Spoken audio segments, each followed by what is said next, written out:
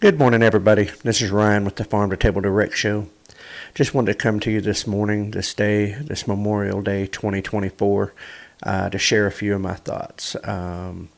This day is always particularly tough for me just because of the implications of what it is and the years that I spent in the military service between the Marine Corps and the Army. And this time that we remember those fallen in uniform, those who never got to take the uniform off, so to speak, who paid the ultimate price, the ultimate sacrifice, and no greater love had a man than to lay down his life for his friends. And, as we look at this, I look back on Memorial Days past and look back on events past, and this is a time to remember those fallen, and that's the purpose of Memorial Day. But, when I was in the Army, one of my taskings was funeral detail. For 30 days, I was on a funeral detail. Got assigned to a two-man detail, which was an officer and myself, folding the flag, playing taps, and presenting the flag to the family.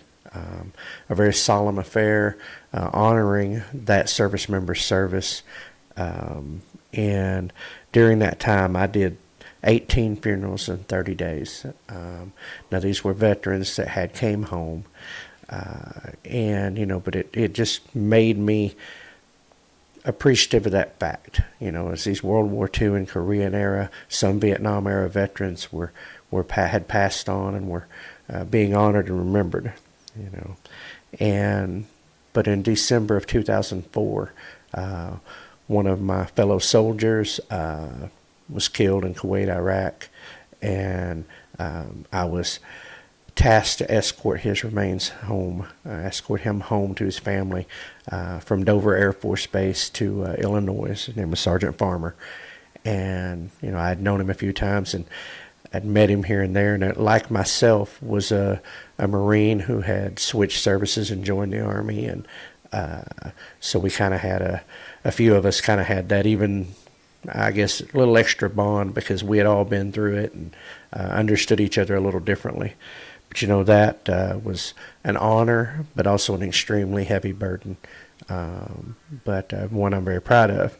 But this last August, my mother, who was a veteran, passed, and being on the receiving end of receiving that flag, and I'm not going to get up and get it right now, but it's right here on my mantle above my fireplace.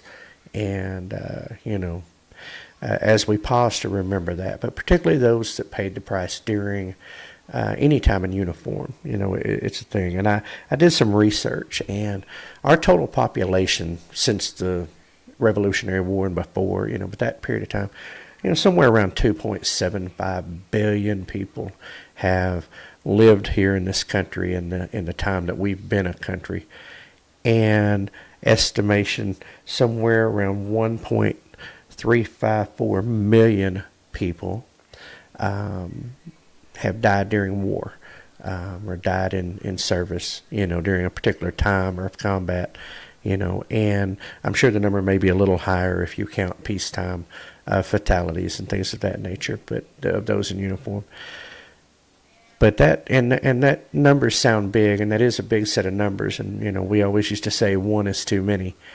But what I would like to say to you about this is a very simple thing, that when you do the mathematics on that, it is less than 1%, and less than 1% of the population. We always used to say the 1% of the 1%, and it's recent numbers have changed. It's a little over, but that's technical details. But less than 1% of the entire U.S. population, from beginning to, as long as the U.S. has been a country, from then till now, less than 1% have paid that ultimate sacrifice. And you may say, well, that when you put it like that, it doesn't sound that big of a deal. But when you want to stop and think about the fact that our freedoms here in this country were bought and paid for with that blood, our continued freedoms in some cases, or the freedom of others in other places, freed from oppression, or given the opportunity, freed from tyranny, given the opportunities for life without oppression, given a chance at freedom. And so, wherever it was at around the world, and some of these were internal, some of those numbers are Civil War numbers, was Revolutionary War, a bunch of little skirmishes and battles and things that have popped up here, there, and yonder, and throughout our history of our military. But anytime any young woman or young man puts their life out there, some were drafted, some joined, and we are still an all-volunteer military force, all volunteers, and the only one in the history of the world that has been a complete volunteer military, since the end of the Vietnam War, which is amazing. But, when you think about that, to quote Winston Churchill, and I'm probably going to mess this up, but never have so many owed so much to so few. And he was saying that to the British after the end of World War II, but it really does encapsulate us here in America. Never have so many owed so much to so few. And so as you go throughout this day, and I hope you're having a great day, I really do, that you're out at the lake, or you're out barbecuing and spending time with family, or having a good time. But there's servicemen and women around the world right now in uniform, in danger even, who are not home today, and some who will never come home, sadly, or at least not come home alive, and who will pay that price somewhere.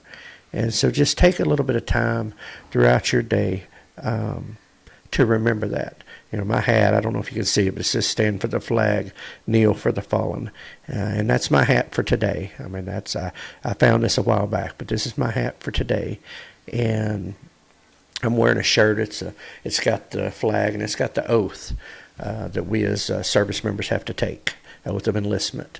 And,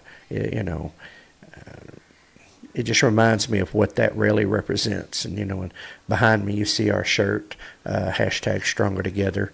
And,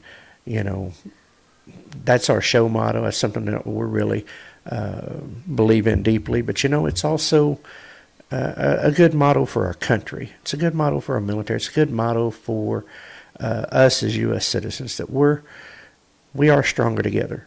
And no matter what some may tell you, we are still the greatest country to ever exist on planet Earth. And, we need to remember those values that got us there, but we are still that. And so just take a little bit of time today, and just, on behalf of the Farm to Table Direct Show, to those who may be watching or may see this, who have lost loved ones, in that, or friends who've paid that price. My hat's off to you, and my heart, our heart breaks for you. Our heart is pure sympathy and compassion for you, in the loss that is. But just take that time today, and I know it's kind of a deep subject, but I just felt it was important to capture this. So, I'm going to sign off now and go make rounds to the cemetery, and spend this Memorial Day with my wife. But y'all just have the best day you can, but just take time in that to remember what this is all about. And we look forward to seeing you very soon on our shows. But again, God bless you all, and God bless the United States of America.